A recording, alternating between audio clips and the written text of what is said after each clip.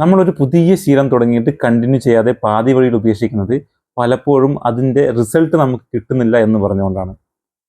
എന്നാൽ ശരിക്കും റിസൾട്ട് കിട്ടാത്തത് കൊണ്ടാണോ കാണാത്തത് കൊണ്ടാണോ? കാരണം നമ്മളൊരു കാര്യം ചെയ്യുമ്പോൾ അതിന് രണ്ട് തരത്തിലുള്ള റിസൾട്ട് ഉണ്ടാവാറുണ്ട്. ഒന്ന് നമുക്ക് കാണാൻ പറ്റും, അല്ലെങ്കിൽ അതിനെ നമുക്ക് മെഷർ ചെയ്യാൻ പറ്റും, അളക്കാൻ പറ്റും.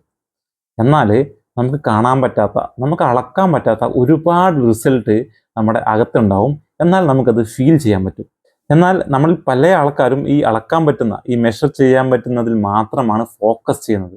ഒരു ഉദാഹരണത്തിലൂടെ നമുക്കിത് ക്ലിയർ ആയിട്ട് മനസ്സിലാക്കാം.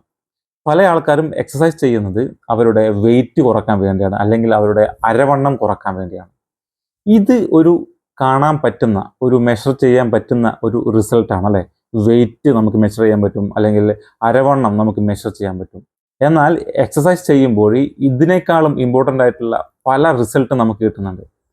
അത് നമ്മുടെ ഹാപ്പിനെസ് ആയിരിക്കാം, നമ്മുടെ എനർജി ലെവലായിരിക്കാം, നമ്മുടെ ഫുൾഫിൽമെൻ്റ് ആയിരിക്കാം, നമ്മുടെ ഫിറ്റ്നസ് ആയിരിക്കാം, നമ്മുടെ ഹെൽത്ത് ആയിരിക്കാം. ഇതൊന്നും നമുക്ക് അളക്കാൻ പറ്റുകയില്ല. ഒരു കാര്യം മെഷർ ചെയ്യാൻ പറ്റും എന്നുള്ളത് കൊണ്ട് മാത്രം അത് ഇമ്പോർട്ടൻ്റ് ആവണമെന്നില്ല. ഏതൊരു പോസിറ്റീവായിട്ടുള്ള ശീലങ്ങളും നമ്മൾ ഫോളോ ചെയ്യുകയാണെങ്കിൽ ഉറപ്പായിട്ടും നമുക്ക് പോസിറ്റീവായിട്ടുള്ള റിസൾട്ടും ലഭിക്കും.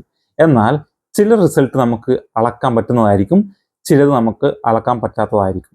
നമ്മൾ ഏതിലാണ് ഫോക്കസ് ചെയ്യുന്നത് എന്നത് വളരെ ഇമ്പോർട്ടൻ്റ് ആണ് ഇവിടെ. നമ്മൾ എപ്പോഴും ഫോക്കസ് ചെയ്യേണ്ടത് ഇൻവിസിബിൾ ആയിട്ടുള്ള, നമുക്ക് അളക്കാൻ പറ്റാത്ത ആ ഒരു ഔട്ട്പുട്ടിലായിരിക്കണം.